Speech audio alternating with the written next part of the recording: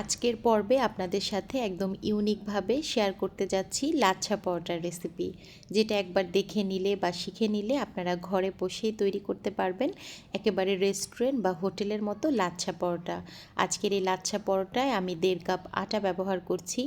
আপনারা চাইলে কিন্তু এখানে ময়দাটাও ব্যবহার করতে পারেন। স্বাদ অনুসারে লবণ দিয়ে দিলাম, হাফ টেবিল চামচ দিয়েছি চিনি, তার সাথে 2 টেবিল চামচ ঘি অ্যাড করে দিলাম। এখন শুকনো উপকরণগুলো খুব ভালোভাবে ঘিয়ের সাথে মিশিয়ে নেব। মেশানো হয়ে গেলে আমি এখানে অল্প করে পানি দিয়ে একটা সফট ডো রেডি করে নিচ্ছি। পরোটার জন্য সবসময় ডোটা একটু সফট রাখার চেষ্টা করবেন, এতে করে পরোটাটা ভাজার পরে অনেকটা সময় নরম থাকে এবং বেলতেও কিন্তু সুবিধা হয়। তো 5 মিনিটের মতো এটা আমি রেস্টে রেখেছিলাম। এখন এটাকে আমি 2 ভাগে ভাগ করে নিচ্ছি। তো 1.5 কাপ আটায় আমার 3টার মতো পরোটা হয়েছে। তো 2 কাপে আপনারা 4টা থেকে 5টার মতো পরোটা রেডি করতে পারবেন। তো ওইখান থেকে একটা ভাগ নিয়ে আমি রুটি বেলে নিচ্ছি।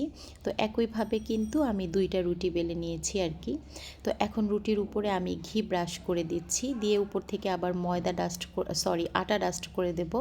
আচ্ছা, আপনারা যে ঘি দিয়েই তৈরি করতে হবে লাচ্ছা পরোটা এমন না, আপনারা চাইলে কিন্তু এটা তেল দিয়েও করতে পারবেন। সাধারণত পরোটাগুলো তেল দিয়েই তৈরি করা হয়, তবে ঘি দিয়ে তৈরি করলে ফ্লেভারটা ভালো আসে, খেতেও ভালো লাগে।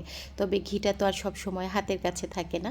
তো আমি কিভাবে এটাকে প্রসেস করে নিচ্ছি এটা কিন্তু আপনারা দেখেই বুঝে নিতে হবে, আসলে বুঝিয়ে বলার কিছু নেই।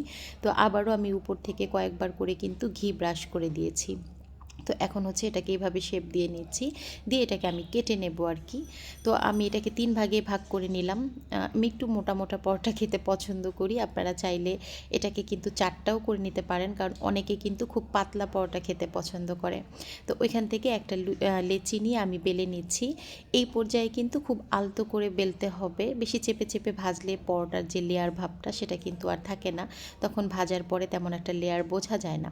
তো এই তো বেলে নেওয়ার পর এখন এগুলোকে আমি ভেজে নিচ্ছি। প্রথমে একটু 2 পাশ থেকে হালকা করে একটু ছেঁকে নেব, তারপর ঘি দিয়ে ভেজে নিচ্ছি। আর ঘি দিয়ে ভেজে নিলে অবশ্যই চুলার ফ্লেমটা মিডিয়ামে রেখে ভাজতে হবে, না হলে পরোটাও পুড়ে যাবে আর ঘিটাও পুড়ে যাবে।